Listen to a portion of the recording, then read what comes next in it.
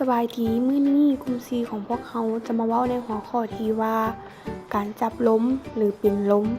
ซึ่งการจับล้มหรือเป็นล้มแม่นการเสียสติที่เกิดขึ้นทันทีทันใดย้อนการหยุดทำงานของหัวใจระยะหนึ่งและเฮ็ดให้เส้นเลือดบ่สามารถไปเลี้ยงทุกภาคส่วนของสมองได้ซึ่งสาเหตุส่วนใหญ่ก็จะเกิดจากอาการเมื่อยล้าหิวข้าวอากาศร้อนอบอ้าวย้านกลัวตกใจ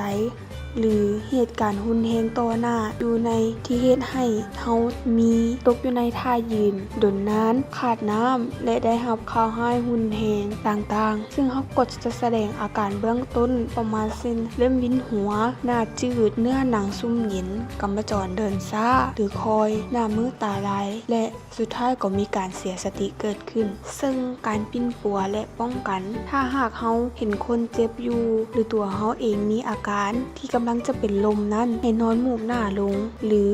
ว่านั่งยองย่อให้เอาหัวก้มลงระหว่างกลางหัวเข่าทั้งสองเบื้องหรือเอาคนเจ็บนอนอยู่ในห่มบ่ให้ถึกแสงแดดแก้เสื้อผ้าออกถ้านอนอยู่ในเรือนต้องไขปองเยี่ยมเพื่อให้อากาศถ่ายเทเอาผ้าจุบน้ำเช็ดตามต้นโตของคนเจ็บถ้าบ่หายใจก็ควรเฮ็ดการหายใจเทียมให้เวลาคนเจ็บหูเมื่อคิงแล้วให้ดื่มน้ำซาหรือน้ำมากไม้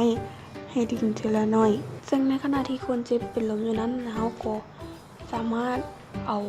ยาดมทาบริบูรณ์ยามองหรือวิกหรือเปลือกหมากเกี้ยงหมากนาวให้ดมได้